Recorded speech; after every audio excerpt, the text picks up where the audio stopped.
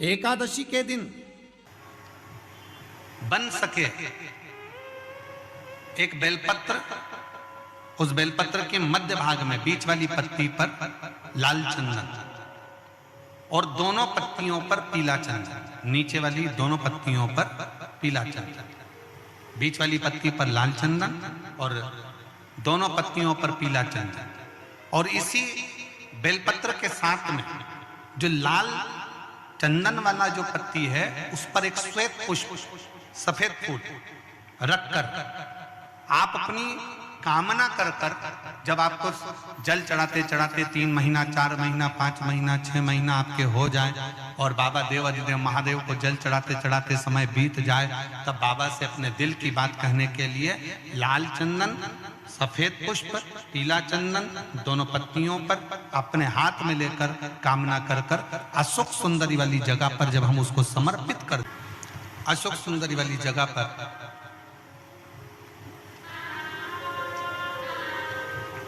ये शिवलिंग जलाधारी और उसके सामने का जो भाग है उसके मध्य भाग में अशोक सुंदरी का स्थान। बस इसी स्थान पर बेलपत्र और श्वेत पुष्प, बीच वाली पत्ती पर लाल चंदन, आसपास की पत्तियों पर पीला चंदन और वो शिवलिंग की सम्मुख में जो अशोक सुंदरी का स्थान है वहां समर्पित कर। उस स्थान ये रोज नहीं करना, फिर ध्यान देना, कभी कभी 4-6 महीने निकल जाएं, 8 महीने निकल जाएं, 3 महीने निकल जाएं, 5 महीने निकल जाएं उस स्थान, और ये हमने एक बार नहीं बताया, इसको पहले भी वर्णन कर सकते। एकादशी के दिन गंगा के जल में मात्र 7 बेलपत्री डालकर जो नंदीश्वर भगवान अर्थात जो शंकर जी के शिवलिंग के सामने नंदी होता है, उस नंदी के चरण पर गंगा का जल चढ़ाकर बेलपत्री शिव पर समर्पित कर देता है, उसके घर में रुपया रुकना चालू हो जाता है। फिर वो गलत जगह पर नहीं जाता, गलत स्थान पर वो धन जाएगा ही नहीं।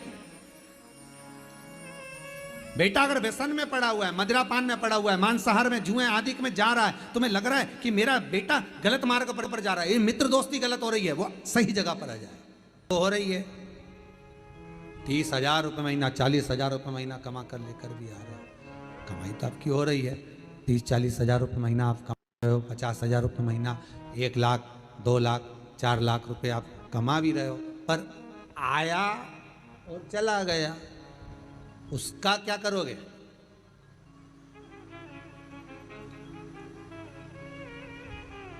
उसका करना क्या है?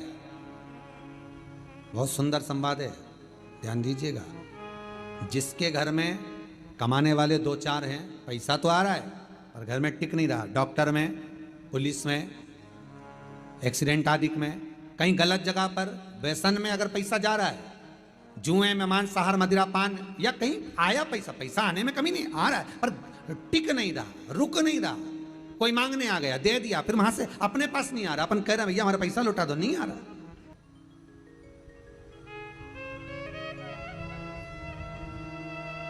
करना है एकादशी। कई लोग इसको धन के लिए भी करते हैं, संपदा के लिए, संपदा के लिए अर्थात जिसका व्यापार नहीं चलता, जिसके घर में पैसा नहीं आता, या नौकरी नहीं लग रही, या सर्विस नहीं लग रही, आप अप्लाई कर रहे हो, जगह जगह जाकर इंटरव्यू भी दे रहे हो और पैसा नहीं आता, तो उसके लिए भी प्रयास किया जाता है। पर उसके लिए यहाँ पर जो धन के लिए करते हैं, उसके लिए विष्णुपदी के लिए करते हैं। मतलब जैसे गंगा के जल में तुलसी के 11 पत्ते डाले जाते हैं। कितने पत्ते डालते हैं?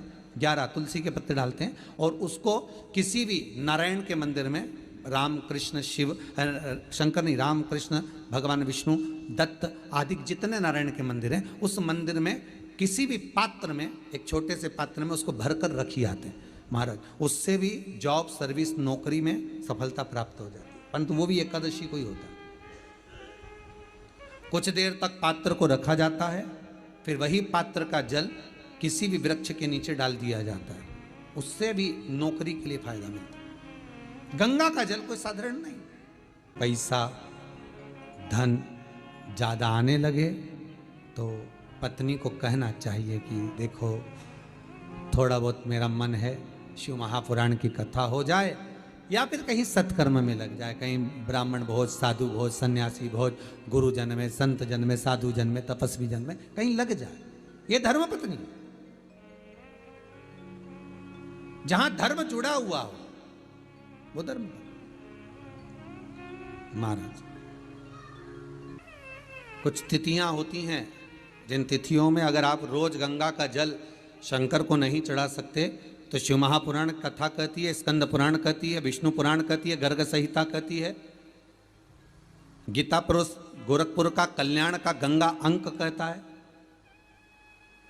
कि कुछ तिथियां भारत की भूमि पर ऐसी वर्णित है जिन तिथियों में भी गंगा का जल हम शिव को अगर एक बूंद भी समर्पित कर रहे हैं, गंगा का जल मात्र एक आधी चम्मच भी, आचमन जितना भी अगर हम शिव को समर्पित कर रहे हैं तो उसका सुख आनंदित है। जैसे पंचमी तिथि, नवमी तिथि, दशमी तिथि, एकादशी, प्रदोष, पूर्णिमा, अमावस्या, ये तिथियां हमारे यहाँ जो दी गई हैं, इन तिथियों में अगर हम गंगा का मात्र थोड़ा सा जल भी अगर जल के पात्र में डालकर गंगा जी का जल थोड़ा सा भी शिव के पास लेकर जा रहे हैं तो ये एक भाव अपने भीतर होना चाहिए कि आप केवल गंगा का जल साधारण शिव मंदिर में समर्पित नहीं कर रहे हो, आप गंगा का जल भले अपने घर से लेकर जा रहे हो और थोड़ा सा भी जल ले जाकर अगर शिव को समर्पित कर रहे हो तो तुम्हारे भीतर ये भाव होना चाहिए कि मैं गंगोत्री से जल भरकर सीधे रामेश्वर में ले जाकर गंगा के जल को समर्पित कर रही हूँ। श्रावण के महीने में या अन्य महीने में आप शिव को समर्पित कर रहे हैं, ये आपके भीतर एक भाव उत्पन्न होना चाहिए। एक बात आपको कही थी गुरु महिमा में कि घर से जब निकला करो ना तो भगवान देव अधिदेव महादेव का नाम लेकर श्री शिवाय नमस्तुभ्यम। घर से जब निकलो, कोई कार्य के लिए जा रहे हो तो आप श्री शिवाय नमस्तुभ्यम का स्मरण कर कर जाइए। आप किसी काम के लिए आगे बढ़ रहे हो, श्री शिवाय नमस्तुभ्यम का स्मरण कर कर जाइए। जिस समय आपके मुख से श्री शिवाय नमस्तुभ्यम का स्मरण हो जाए या शिवलिंग का स्पर्श हो जाए या शंकर का अनुमोदन कर कर ओम नमः शिवाय बोलकर या राम बोलकर, कृष्ण बोलकर, शिव बोलकर, आपके भीतर जो रमा हुआ है, आप राम को मानते हैं आप राम को माने, हम मना नहीं करेंगे। आप कृष्ण को माने तो कृष्ण को माने, हम मना नहीं करेंगे। आपका दिल जिससे लगे, आपका चित्त वृत्ति जिससे लगे, और उस पवित्र भूमि में ना जाने कितने साधक, कितने साधु, कितने तपस्वी, कितने संत, कितने महात्मा, कितने जोगी, कितने सन्यासी, कितने ब्राह्मण जन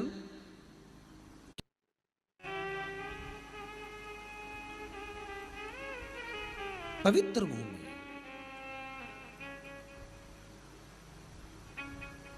और उस पवित्र भूमि में ना जाने कितने साधक, कितने साधु, कितने तपस्वी, कितने संत, कितने महात्मा, कितने जोगी, कितने सन्यासी, कितने ब्राह्मण जन, कितने विद्वत जन इस भारत की भूमि पर भ्रमण करते रहते हैं, तप साधना करते रहते हैं, उपासना करते रहते हैं, मंत्र जाप स्मरण करते रहते हैं। और जब उनका मंत्र जाप का फल इस भूमि पर प्राप्त होता है तो यहाँ की जो रज है, यहाँ की जो धूल है, यहाँ की जो माटी है, वो सुख का अनुभव करा देती है, एक आनंद का अनुभव करा देती है। श्री भागीरथ बाबा गंगा जी को लेकर आए।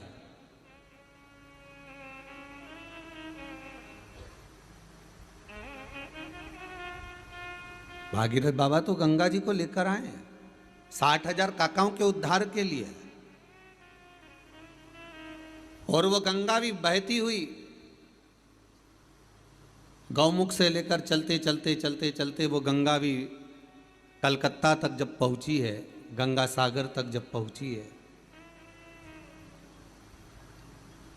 तो उसके घाट पर, उसके तट पर, गंगा महारानी के किनारे पर जितने जितने भक्त, जितने साधु, जितने सन्यासी, जितने साधक, जितने उपासक, जितने जीव रह रहे हैं, ये गंगा उनका कल्याण कर रही है। और जो उसकी शरणागति में जा रहा है, गंगा उसका उद्धार कर रही है। गंगा किसको संवारती है?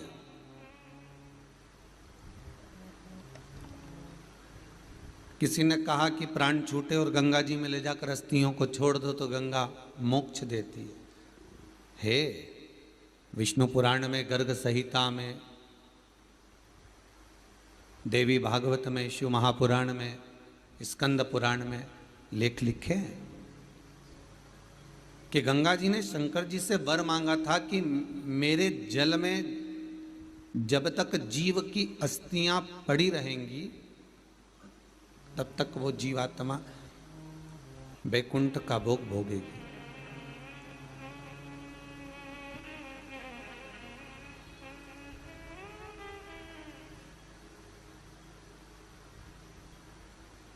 पर गंगा जी ने एक बात और कही है, शिव महापुराण में आपने श्रवण करा ना करा, पर एक बात और गंगा जी कह रही हैं कि मैं तार दूंगी, मैं पापी से पापी जीव का उद्धार कर दूंगी, मना नहीं है। वैसे भी तो भारत की भूमि तो पावन पावन नदियां सारी की सारी जितनी भी हैं ये भारत की भूमि पर है, ये भारत माता पर विराजमान है। सारे के सारे पावन तीर्थ इस भारत की भूमि पर विराजमान है।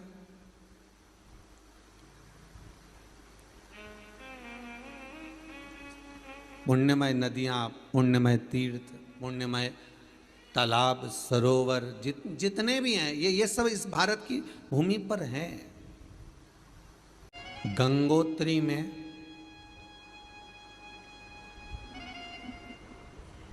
आप लोग गए होंगे, कई लोग गंगोत्री, बद्रीनाथ के जो 4 धाम हैं, यमुनोत्री, गंगोत्री, केदार और बद्रीनाथ। विष्णु पुराण में कहा 3 तरह से मरे हुए व्यक्ति की गति नहीं है, उसको मोक्ष नहीं है। पहला पानी में डूब कर मरा हुआ, दूसरा सर्प के डसे से मरा हुआ, तीसरा स्त्री के हाथ से, नारी के हाथ से मरा हुआ व्यक्ति, इसकी गति नहीं है, मोक्ष नहीं है इसकी। इनकी गति केवल एक है, वो है शिव महापुराण की कथा। अगर कोई पानी में डूबकर मर भी गया है, उसके परिवार का, उसके कुल का व्यक्ति अगर एक बार शंकर की कथा भले यहां आकर ना सुने, टीवी के सामने भी बैठकर सुन रहा है। एकादशी के दिन शंकर भगवान को चावल का दाना चढ़ाना चाहिए कि नहीं चाहिए?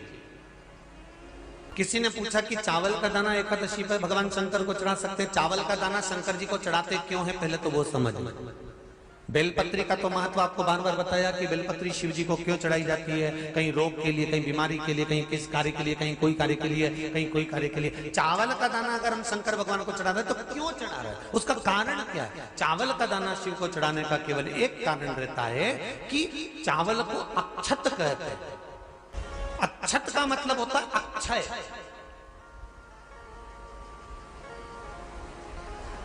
अभी हमारे यहाँ एक तिथि आने वाली है, अक्षय तृतीया। उसका मतलब क्या होता है? अक्षय, जिसका कभी क्षय ना हो। जब हम भगवान शंकर को चावल का दाना चढ़ाते हैं, जैसे बहुत ध्यान दीजिएगा महाराज, बहुत समझने वाली बात है, बहुत ध्यान से। चावल का दाना हमारे मस्तक पर तिलक करने के बाद पंडित जी क्यों लगाते हैं कि भगवान जैसा समय आज चल रहा है, आप पूजन कर रहे हो, पाठ कर रहे हो, दान कर रहे हो, पुण्य कर रहे हो, सत्कर्म कर रहे हो, भजन कर रहे हो, मेरा देव अधिदेव महादेव, मेरा नारायण, मेरा सत्यनारायण भगवान, मेरा राम जी, मेरा विष्णु जी, मेरा भागवत मैया, मेरी रामायण मैया, ब्राह्मण मस्तक पर तिलक लगाने के बाद चावल इसलिए लगाता है कि जैसा समय आज चल रहा है, भगवान तुमको ऐसा ही समय बनाकर रखे और तुम ऐसे ही 4 चांद लगाते रहो, दान पुण्य संकीर्तन करते रहो। इसलिए मस्तक पर चावल का दाना लगाया जाए।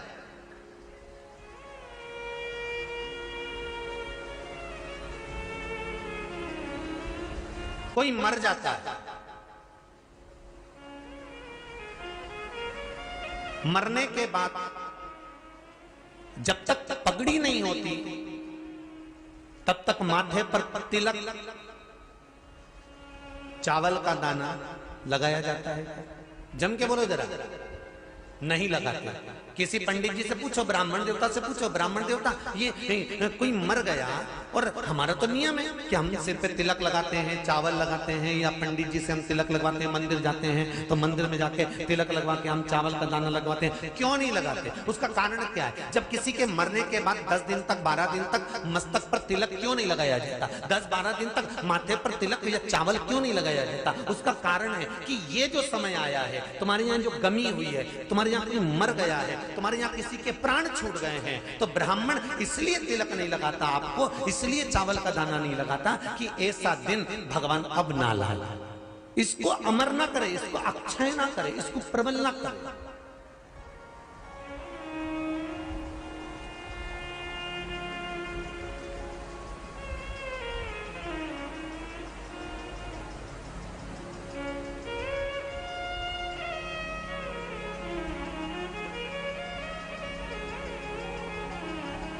और जब चावल का दाना, तो यहां शिव महापुराण की कथा करी, चावल का दाना हम शिव जी को क्यों चढ़ाते हैं, भगवान को क्यों समर्पित करते हैं, भगवान की पूजन में अक्षत क्यों समर्पित करते हैं, चावल क्यों समर्पित करते हैं, उसका कारण क्या है। तो कहा आज मैंने जब चावल का दाना आपको समर्पित करा है, जिस भाव से, जिस विश्वास से, जिस श्रद्धा से, जिस मन से मैं आपको रिझा रही हूं, हे भोलेनाथ मेरी ये मनोकामना पूर्ण कर, इसको अक्षय कर देना, इसको अमर कर देना, बस इतनी कृपा आप कर। किसी ने पूछा एकादशी के दिन चावल चढ़ाए कि नहीं चढ़ाए, तो यहां तो सीधी सीधी बात है,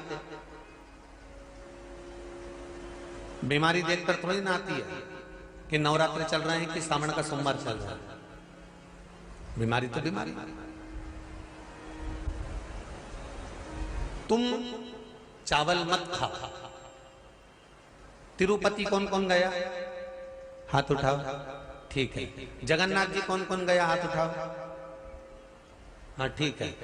द्वारका जी कौन कौन गया, हाथ उठाओ, ठीक है। बद्रीनाथ कौन कौन गया, हाथ उठाओ, ठीक है।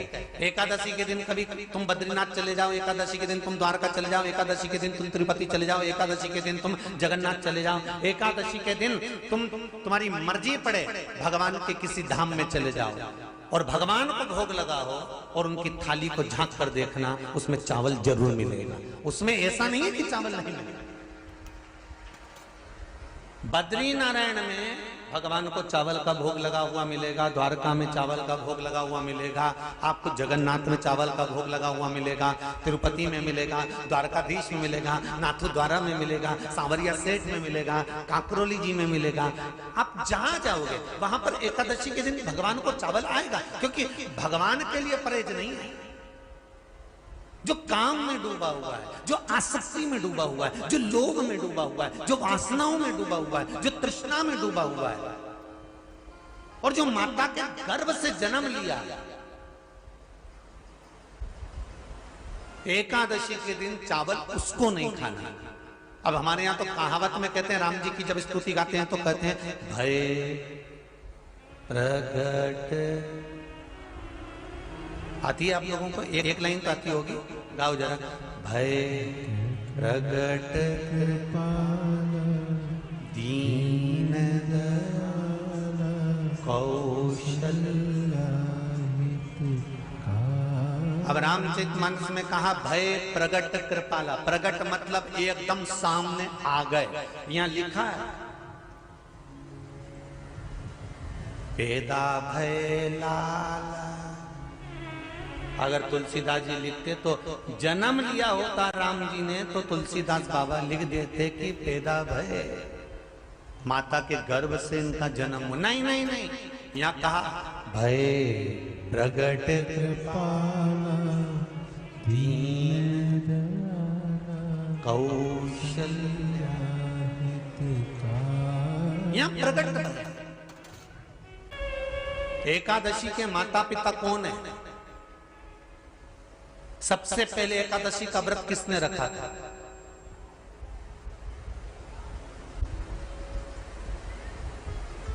एकादशी का जन्म स्थान कहां है?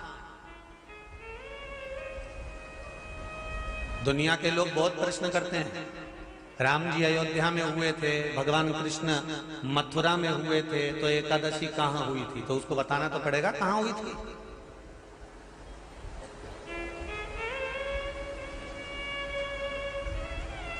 उसमें हमने वर्णन किया कि एकादशी के माता पिता कौन है, एकादशी का व्रत सबसे पहले किसने करा, एकादशी का जन्म कहां हुआ, एकादशी को क्यों चावल नहीं खाते, एकादशी के दूसरे दिन चावल का दाना खाना क्यों जरूरी है।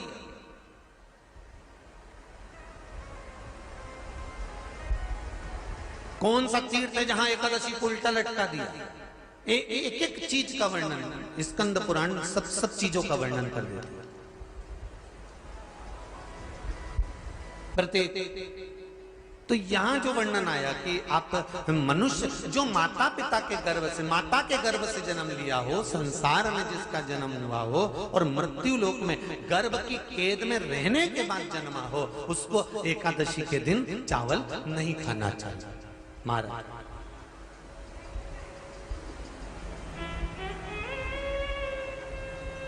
पर यहां शास्त्र ये नहीं कहता कि भगवान को चावल नहीं चढ़ाना चाहिए।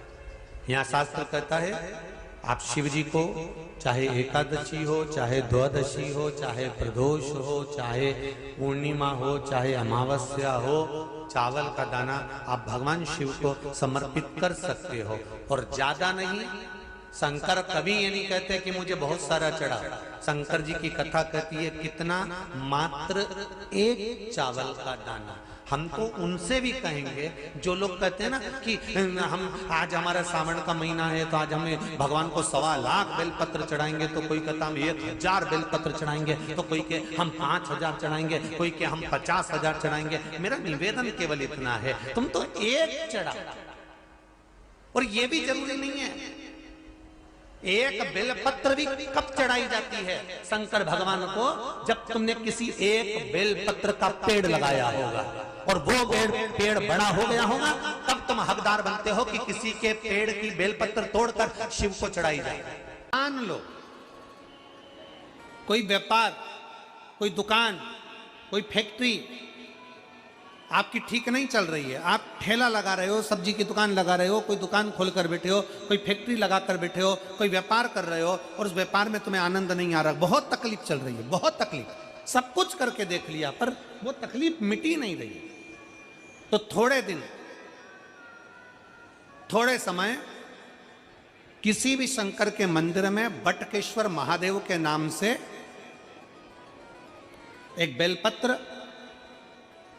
बेलपत्र चढ़ाने का तरीका जरा समझ लेंगे। आप अगर जिस दिशा में खड़े हो, अगर आप शंकर के शिवलिंग के इधर हो तो बेलपत्री का डंडी का मुख आपकी ओर होना चाहिए। आप इधर हो तो डंडी का मुख उधर हो, आप उधर हो तो डंडी का मुख उधर हो, आप इधर हैं तो डंडी का मुख इधर हो। बटकेश्वर महादेव के नाम से शंकर जी के मंदिर में एक बेलपत्री पर डंडी का मुख अपनी ओर होना चाहिए। जो डंडी है इसका मुख अपनी ओर। बटकेश्वर महादेव के नाम से एक बेलपत्र शंकर भगवान को समर्पित करो बटकेश्वर महादेव के नाम से। और बेलपत्र चढ़ाने के बाद में जो लोटे वो 7 बार, लोटे का 7 बार से मतलब है अलग से लोटा भरना नहीं है, 7 बार उसी लोटे का जल जब बेलपत्र डंडी समेत समर्पित कर दें, 7 बार उस लोटे के जल को 7 बार बटकेश्वर महादेव का नाम लेकर अपनी मन की कामना कर कर बाबा से विनती करते हुए कि बाबा मेरी ये छोटी सी अर्ज स्वीकार करते, 7 बार उस जल को चढ़ाओ। लगातार कम से कम आप 15 से 20 दिन तक लगातार बटकेश्वर महादेव के नाम से चढ़ाओगे। ऐसी कोई दुकान और फैक्ट्री नहीं तो चले नहीं और आगे बढ़े नहीं और काम सुलझे। बटकेश्वर महादेव, भगवान शंकर का ये नाम, भगवान शिव का ये स्तुति, भगवान शंकर का ये नाम बटकेश्वर महादेव। स्वयं भगवान शंकर ब्रह्मा जी का जब सिर कटकर बड़का पेड़ बन जाता है और उस पेड़ के नीचे, वृक्ष के नीचे शंकर भगवान विराजमान हो जाते हैं, शिव जी उसके नीचे विराजमान हो जाते हैं, उसी का नाम बटकेश्वर महादेव पड़ा। बटकेश्वर, बोल बटकेश्वर महादेव की। शिव जी के मंदिर में